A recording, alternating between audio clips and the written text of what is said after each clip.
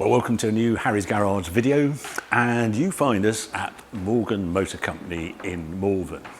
And hopefully you've watched the previous video to this where I had the Morgan Plus 4 and went up to the Lake District with it and then drove down, and we've just arrived at the factory because, as I hinted at in that video, they are about to launch a new flagship model at Morgan, and they very kindly invited me along to have a little preview of it before it goes live. So behind the curtain there is the car, and there's also Matthew Hull, who's MD of Morgan, and he's going to take me around this new car. That's all I know about it, but I know it's the Plus 6, I think it's 6 cylinders, but we'll learn a whole lot more if we go through here.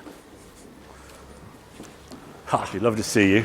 Hi, Harry. Thank you ever so much for this invite. Here it is. Welcome. What a colour. Welcome to Morgan, yeah. Yeah, my goodness. That looks very modern.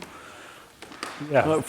I mean, it still looks like a Morgan, but it has, you've cleaned it up, haven't you? You've done all sorts of things. So it's unmistakably Morgan, isn't it? It has that kind of that silhouette of the wings, but everything is being cleaned up. It's a ground-up development for a car. Yeah. So every body panel has been touched. New chassis, new tyres, it really is a grind-up development for a car. And with a hard top as well. You've not done a hard top for years, have you? Or? That's right. Historically we've had some aftermarket hard tops that have been available, but this is the first time that we've developed the hard top from the very, very start of the design process. To that effect, it does actually contribute to the torsional stiffness of the car, adds another 8%.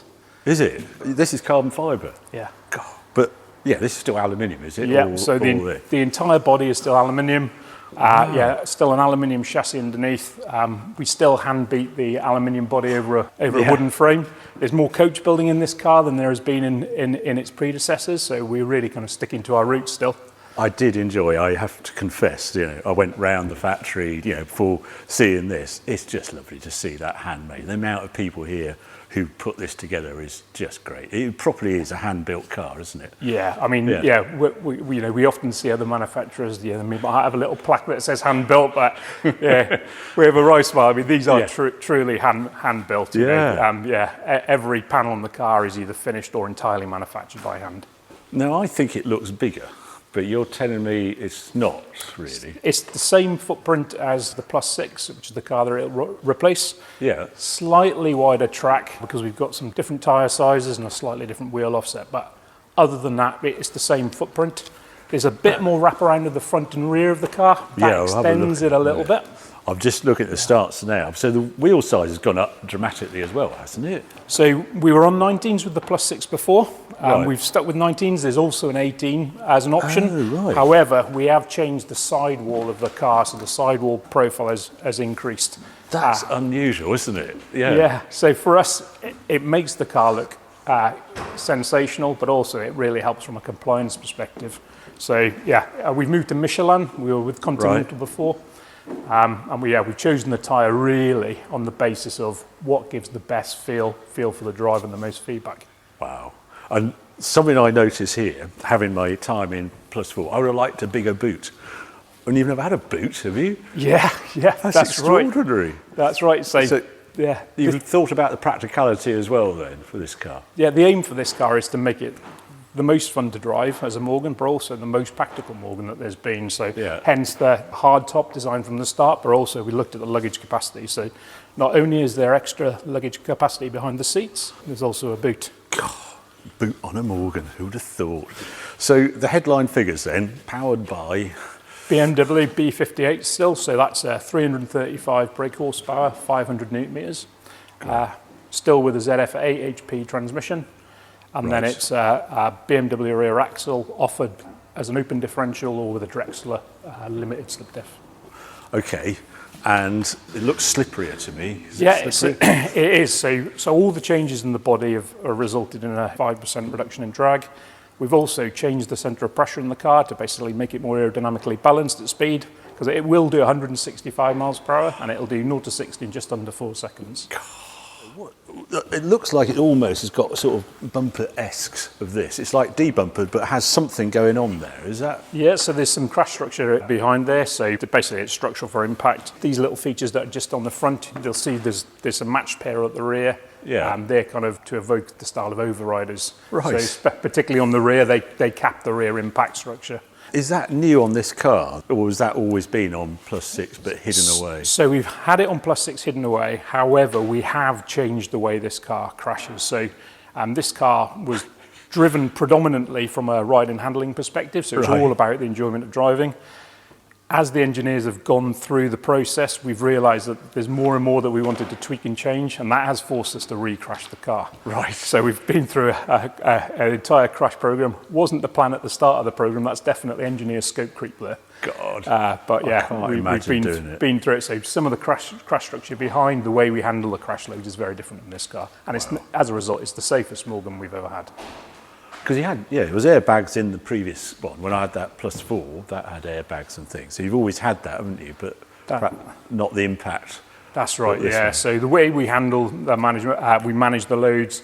We've changed the steering column in this car, a new sliding joint. So in an impact, the steering wheel doesn't move. It stays exactly where it should be, which really optimises the airbags. Right, and the other thing that's smooth, no louvers in the bonnet. What's going on? Yeah, so one of the things we really wanted to do, again, usability in mind, especially as we move to markets like the Middle East, we really need to optimise the HVAC performance.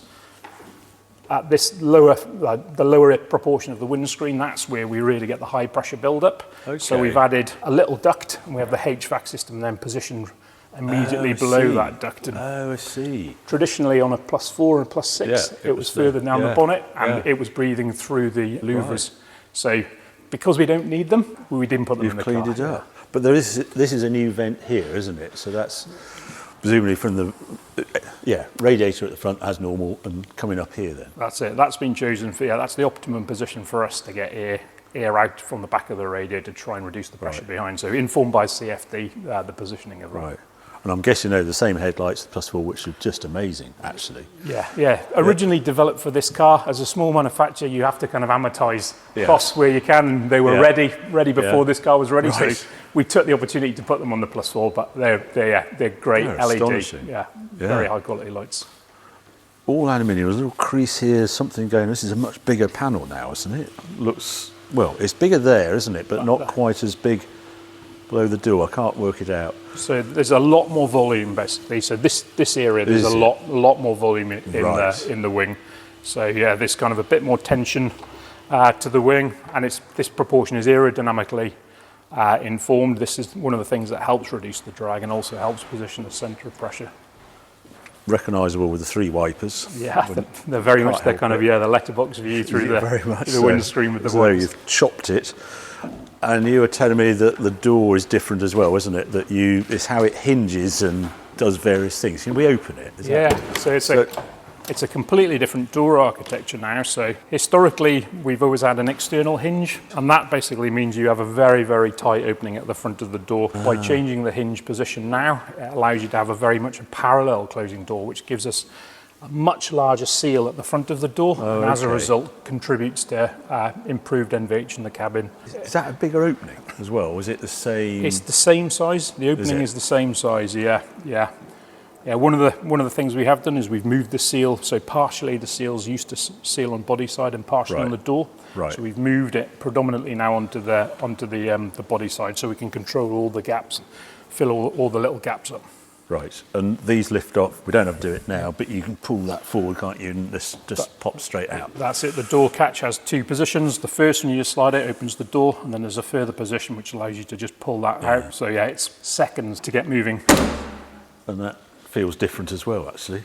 It's doing that. And there's a vent coming out here. That's it. So without the louvers on the bonnet, we still have to manage some of the engine heat. So that's the best place for us to pull the engine heat out of the car, and that pulling heat away from the catalyst and the exhaust. Because this car will go worldwide. Yeah, so this will go everywhere except for the USA for us. So we're only homologated with the +4 and the Super 3 in the USA at the moment. So all of the markets. Will it go to the US at some stage, or is it just so hard now? It's really difficult. So the amount of work that's required to get the engine certified for emissions, because we have a variant of the BMW engine, it's incredibly challenging. So it's been a 5-year effort to get the 4-cylinder engine in, and several £1 million, a lot. So to do it for the 6-cylinder is another challenge. We'll never say never. No. At the moment, with 325 a year to sell, we're selling them. So hopefully we can Right. We can satisfy people with the Plus 4. Right, and this, yeah, you have a sort of a happy volume of what now at Morgan? Where's your happy place? The optimum for us is about 800, 850 cars a year. That's where we want to be operating, and that's matched well with the facilities, the factory we've got here at Pickersley Road. It's a very historic site, but also match well to the types of skills. It's a very manually intensive thing to build. Yeah. So for us, that's the real sweet spot. Right, okay, so the Plus 4 will always be the higher volume, and this is what sort of number you're expecting on this? About 200 a year. 200 a year? Doesn't sound very many to me. It'll be quite an exclusive car. I mean, I'll be overjoyed if we sell a lot more, but the business case that we've developed is around doing 200 a year. I always think Morgan traditionally has a waiting list, isn't it? That's sort of how it works at Morgan. Or is it? Yeah, so I mean, long gone are the days where it was 7 years, but at the moment it's 7 to 9 months. Right. So it's come down over time, and as we've increased our ability to build cars in the factory and increase capacity, we've been able to bring that down. Yeah, but it's a bespoke car because they're always built to order and stuff. All built to order. So very much tailored to the owner's specification and character. And price of this? It's 102,000, so it's about £5,000 more than the outgoing Plus 6. Yeah. That sounds, not as big an increase as I expected you to say, actually. No, so I think, we've done what we could. You know, we want to make sure these sell and they're out there on the road, people are using them. Yeah. And for us, we feel it's the right price point. Sometimes I beat the team up here because for a hand-built, an entirely hand-built, custom-built car, at times for me it feels too cheap, but I think we've got the price about right. And that's with the soft top, isn't it? Because there is a soft top with this one. I haven't seen the other one, but you've got someone somewhere. Yeah, that's right. Yeah, so you can have this. So it's 102,000 with the soft top, 105 if you just want to take it with the hard top, or you can have both if you want in your garage, and you can have that for 107. Right. Which is like it used to be with Mercedes SL for many years till they did the folding hardtop. Yeah, and you can swap between the two. So if you did want the two, you can swap between the two in less than 10 minutes. So, and what got me about the Plus 4 was it was so light and nimble. It wasn't what I was expecting at all. When I put it on the Weybridge, 1,060 kilos. Do you have a weight for this? We do. So all in wet. When you put this eventually on your scales, it'll be 1,170 kilos. 1170. It seems incredibly light. I don't know why it should be so, because it is aluminium chassis underneath and things, isn't it? Yeah, that's it. It's an all entirely bonded aluminium chassis. It is a very lightweight car.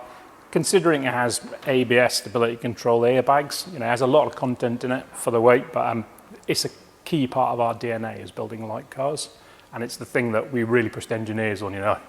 I come from a technical background, I'm an engineer. For me, it's the most important element for us is fun to drive and lightweight. And they also come hand in hand to a degree. Yeah. So it's the thing we really push. The other thing that struck me with the Plus 4, you haven't got all the ADAS stuff. You don't have to fit, because what's your label in Europe? What's it called? So we're small series, so we're EU small series. And we're a scheme up below that for manufacturers under 1,000 cars, so under 1,000 registrations. Right. And that means we don't currently have to fit the ADAS. In fact, before the end of the decade, the car only needs to pass the homologation if the ADAS kit is fitted. Right. So as a result, this is a brand new car that you can buy on the road in the UK. It doesn't have the speed limiter. It doesn't have the lane departure. So it really is the driver's edition. It's as it was. Well, it struck me with that, living with that Plus 4. It's more differentiated from current modern cars than it ever used to be, because there's stuff being fitted that we don't really want. Well, it's just not present on this car, so you just enjoy it like I did in a car in 2015, not realising that was a good time in car manufacture. It's very odd how it's changed. Yeah, that's it. I mean, we've protected the platform for future, so for us it's expensive to keep on re-engineering a platform, so we've added in some protection, but for us, it's important to have the minimal amount of intrusion. Anything that gets in the way of enjoying the drive, reduce that as much as possible.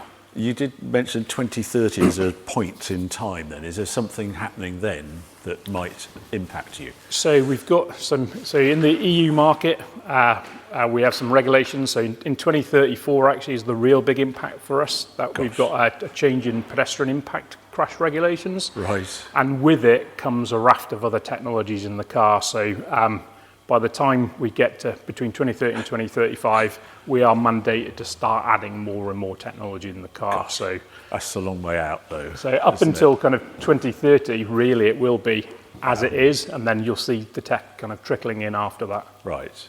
And what about in the UK and their 2030 guillotine?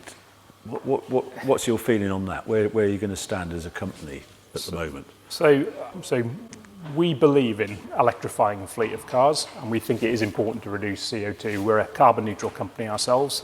Right. However, we believe the best thing for us and our customers is to continue building internal combustion engine cars, and we will continue doing that for as long as the legislation allows us. We are a company that has invested quite heavily in EV, so we've had a fuel cell car, 4 battery electric prototypes. Yeah. So we keep on having a look. Our customers tell us that it's not what they want yet. Right. And also commercially, it's always when we do the maths, we work the numbers out. It's never commercially viable. So for us, our kind of philosophy, and we're working closely with the government at the moment in consultation, is to make sure that small manufacturers like us, under 1,000 units, have a derogation and are allowed to continue with internal combustion engines until a point where the technology from large manufacturers can become light enough, cheap enough for small manufacturers like ourselves to integrate. Right. Okay. So you think there's still negotiation to be had? It's not a good. You can see a way forward at the moment. Yeah. I mean, if in 2030, we had an entire electrified powertrain underneath this car, we would be doing more harm from a CO2 perspective. The mileage our customers use is very, very low. Yeah. It would be, we do more harm than good, I think. So yeah, for us, I think there's some opportunity there. I'm hoping sense will prevail. Often it does. Yeah. Well, it's fascinating.